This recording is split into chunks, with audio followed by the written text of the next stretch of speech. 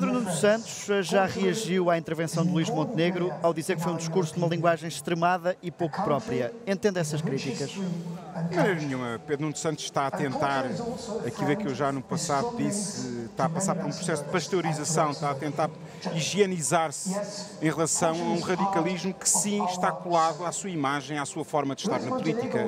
E, portanto, ele tenta, como dizia há pouco, na vossa peça, onde ele aparecia dizendo que não gosta de colocar rótulos aos outros políticos e que muitas vezes perdemos tempo a colocar rótulos, é os rótulos que ele agora quer colocar ao PSD de radicalismo. E o PSD não é um partido fundador da democracia, é um partido moderado. E o radical aqui chama-se Pedro Nuno Santos. É um homem que os portugueses sabem que se votarem Pedro Nuno Santos estão inevitavelmente a votar num governo com o apoio do Bloco de Esquerda e de Mariana Mortágua e com o apoio do PCP. Essa é a realidade e os portugueses ter-se-ão de confrontar com essa possibilidade. E perante isso só podem votar PSD. E sabendo com clareza aquilo que o PSD vai. Luís Montenegro já foi claro a dizer que não há coligações com o Chega e, portanto, os portugueses agora têm as cartas todas em cima da mesa, sem rótulos, sem subterfúgios, e agora basta perguntar ao Dr. Pedro Nuno Santos o que é que tem para a saúde e ao Dr. Luís Montenegro. E para a educação, ao Dr. Montenegro e ao Dr. Pedro Nuno Santos. E chegaremos lá também. Mas perguntávamos isto mesmo há pouco a António Leitão Amaro. Classificar Pedro Nuno Santos como radical e depois usar o gonçalvismo como imagem, chamar a Cinderela a Mariana Mortágua, não é também uma forma de radicalismo político? Não é paradoxal acusarem o adversário de ser radical e depois usarem termos como estes? Não, quer dizer nós não somos todos iguais. Eu não usou o Dr. Montenegro porque teve necessidade de espelhar e de colocar uma imagética que é essa mesmo, de um radicalismo quase básico que Pedro Nuno Santos trouxe para a política portuguesa e que só inaugurou há 10 anos esta parte. E, portanto, agora, eu não posso aceitar que haja esse processo de normalização de Pedro Nuno Santos, como houve o processo de normalização do Bloco. Pedro Nuno Santos não é normal na política portuguesa, é de facto um radical, tem opções de dizer que não paga a dívida, que se lixem os nossos credores, e é um populista de esquerda. Uma frase de 2011. Claro, mas quer dizer, é o mesmo Pedro Nuno Santos ou não? E isto é um bocadinho quase como aquilo que vivemos hoje no Partido Socialista, que é tentarmos dizer, e vemos, por um lado, José Luís Carneiro colocar Pedro Nuno Santos nesse lado radical e ele a um lado mais moderado. Esquece, não, isto é tudo a mesma coisa. José Luís Carneiro foi secretário-geral adjunto do PS, é ministro do atual governo. Pedro Nuno Santos foi o obreiro da construção política daquilo que é o costismo. O costismo nasce com Pedro Nuno Santos e morre com Pedro Nuno Santos, curiosamente. Deixe-me aproveitar porque está a falar de Pedro Nuno Santos e José Luís Carneiro e até aqui o PSD não comentava a luta interna do PS. O que é que mudou para o passarem a fazer? São as sondagens que obrigam o PSD a ter esta postura mais atacante? Mas nós não estamos a comentar, nós neste momento temos que virar as agulhas para os dois. Luís Montenegro fê-lo muito especificamente a Pedro Nuno Santos. Claro, quer dizer, porque no fundo é aquele que se perfila ser o mais provável, mas quer dizer, não nos metemos nessa, não nos imiscuímos, já nos perguntaram várias vezes o que é que era melhor para nós, se era o A ou B. Quer dizer, é absolutamente indiferente. Todo o Luís Montenegro e a intervenção que está aqui é centrada em Pedro Nuno Santos, portanto estão ativamente a comentar umas eleições internas que ainda não têm vencedor. A nossa pergunta é, ficaram nervosos com as sondagens e, portanto, estão já a eleger Pedro Nuno Santos como principal adversário? Não, a pergunta que eu lhe faço é que quando eu fui candidato ao PSD, se não tinha a certeza absoluta que eu ficava em último.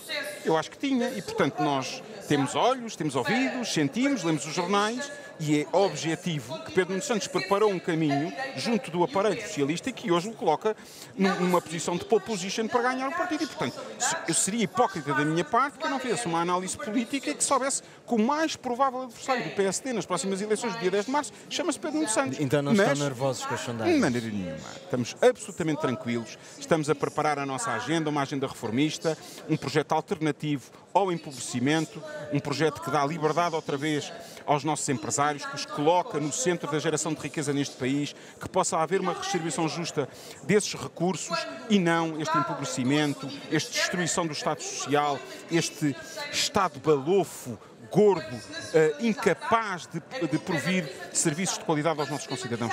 Chega, basta, não queremos este caminho. Sei que vai usar o velho jargão de que não comenta sondagens, mas a verdade é que as que têm saído depois da crise de 7 de novembro apontam o PSD ora empatado com o PS, ora mesmo atrás do Partido Socialista.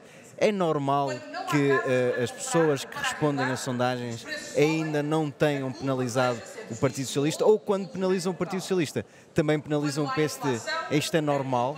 Oh, Miguel, já nos conhecemos há uns anos, portanto, já saberá que eu não vou utilizar esse jargão. Eu nunca fujo às perguntas, aliás, às vezes com penalização própria. Não é normal, objetivamente. Os dois partidos, reparem uma coisa, os dois partidos moderados do centro hoje representam menos de 60% do eleitorado. Isto é grave. Coloca uma mudança de paradigma na política nacional. Tipicamente os dois partidos tinham sempre mais de 2/3, o que permitia até revisões constitucionais. Isto vai impossibilitar isso e deve-nos levar a pensar o que é que temos feito ou o que não temos feito, que é não temos tido resposta para os problemas dos portugueses. E, desde logo, o eleitorado do Chega. Nós não queremos coligações com o Chega, mas queremos o eleitorado do Chega. Queremos dar respostas para os problemas da segurança, que os nossos filhos são assaltados nas linhas de Sintra e de Cascais e na linha do Norte. Queremos dar resposta ao problema da imigração, com políticas moderadas, de um partido que é moderado, construtor da democracia. E, portanto, não fugiremos aos temas quentes. Porquê que os nossos polícias são mal pagos? Porquê que os nossos polícias não são bem tratados? Porquê que nós hoje não temos isso na agenda? Porquê que a justiça não trabalha? Isso é quase um discurso de futuro ministro da Administração Interna. Porquê que a nossa justiça não trabalha? E nós colocaremos, e é aí que os partidos moderados terão até março para dar resposta. Se derem resposta, eu tenho a certeza que também terão resposta nas sondagens, que não fujam a elas, são preocupantes, mas nós estaremos cá para lutar por elas. E nessa questão das sondagens e de aproveitar todo o eleitorado, a questão das coligações tem dominado esta fase pré-eleitoral. O PSD não está aqui a desperdiçar uma oportunidade de dar um sinal de força com uma grande frente de direita? O PSD ainda não discutiu internamente futuras... Mas há um partido que já se excluiu e, portanto, limita, já excluiu o Chega. Então, mas aí não foi o PSD, não é? E, portanto, a exclusão do Chega é uma coisa que era pedida pela sociedade. Aqui de El Rei, todos os jornalistas deste país, todos os seus colegas e todos os comentadores, quando é que o Dr. Montenegro vai ser absolutamente clarificador? Acho que já o foi. Essa está resolvida. Contra a sua vontade, aliás. Não, mas o Miguel Pinto aqui está a jogar em equipa. E esta equipa, eu defendo as cores desta equipa e esta equipa não quer nada com o Chega, portanto eu também não quero nada com o Chega. Agora, segundo a declinação do raciocínio, nós ainda não fizemos a avaliação interna se temos ou não temos coligações. Será pós este Congresso? Mas haveria vantagens nisso? Há vantagens, há desvantagens. Há partidos que naturalmente são próximos de nós. O CDS é um partido construtor também da democracia. Tem sido um partido irmão do PSD em muitos momentos da nossa história, em muitos momentos que fomos chamados a salvar este país e a acudir os portugueses depois de crises provocadas pelo Partido Socialista. Mas então acredita que vai convencer a Iniciativa Liberal? E isso vai ser colocado na avaliação que iremos fazer para a semana e nas próximas semanas. Agora, até este Congresso essa avaliação ainda não foi feita, portanto é extemporâneo estarmos a dizer que faremos ou que não faremos. Mas acredita que vai convencer a Iniciativa Liberal? Eu acredito. A Iniciativa Liberal, o presidente da Iniciativa Liberal foi absolutamente vocal, como há muito tempo não havia. E esta arrogância, esta sobranceria que vejo nos liberais, sem discutir pela culatra em Lisboa. E, do meu ponto de vista, mal, o engenheiro Carlos Moedas hoje podia estar a governar também com vereadores liberais e teríamos, com certeza, ainda uma maioria mais abrangente, mais capaz de oferecer qualidade de vida aos concidadãos de Lisboa, coisa que o engenheiro Carlos Moedas está a fazer de forma brilhante. A Iniciativa Liberal exclui-se, auto-exclui-se desse diálogo. Não sabemos no dia a seguir às eleições o que quererá fazer ou não. Agora, parece-nos que esta vocalização... Isso torna-os um parceiro que não é confiável para a direita. Não tem nada a ver com isso. É uma opção estratégica, política, legítima. Eu estou a dizer que pode ser um caminho errado para a Iniciativa Liberal. Esta é a minha análise. Porque já, vida é aquilo que aconteceu em Lisboa. Já temos um exemplo. A Iniciativa Liberal é um partido novo, mas que já tem track record. E nos Açores também tirou o tapete. E tirou o tapete nos Açores, tirou o tapete em Lisboa. E, portanto, não nos correu bem. Vejamos se corre bem aqui e eu aí acredito que nós também temos uma agenda mobilizadora para aqueles que são mais liberais na economia, para aqueles que têm essas preocupações com os direitos, liberdades e garantias de cada um dos nossos concidadãos e, portanto, eu acho que o PSD aí pode outra vez chamar a si essa bandeira liderante da liberdade e das liberdades dos nossos concidadãos. Há um cenário que não é de todo impossível, o PS ganhar as eleições, mas existir uma maioria parlamentar de direita. São várias perguntas. Acredita mesmo que Luís Montenegro não vai mudar de ideias e, portanto, não vai ser primeiro-ministro nessas circunstâncias? E se não mudar, o que é que fará o PS? Indica um novo candidato a primeiro-ministro? Alguém capaz de formar governo? Miguel, eu não quero agora fazer futurologia. Repare, estamos a 3 meses de eleições e agora vou imaginar, se nós não ganharmos, o que é que vamos fazer? Na altura, veremos. O que eu posso assegurar a todos os portugueses que nos ouvem é que o PSD não abandona os portugueses. Em relação à sua primeira pergunta, foi muito clara e responder-lhe. O que eu conheço de Luís Montenegro é um homem de uma só palavra. Uma só palavra. Aquilo que disse para o Chega é aquilo que disse para a questão de governar perdendo eleições. E por isso parece-me que irá levar essa palavra à última instância. E por isso é mais um sinal de que os portugueses podem confiar nele. Agora, confiem nele, votando também no PSD, porque aí terão garantias que ele será o próximo Primeiro-Ministro de Portugal. E se confiarem em Luís Montenegro, se o PSD ganhar as eleições e formar governo, vai tratar de imediato da privatização da TAP?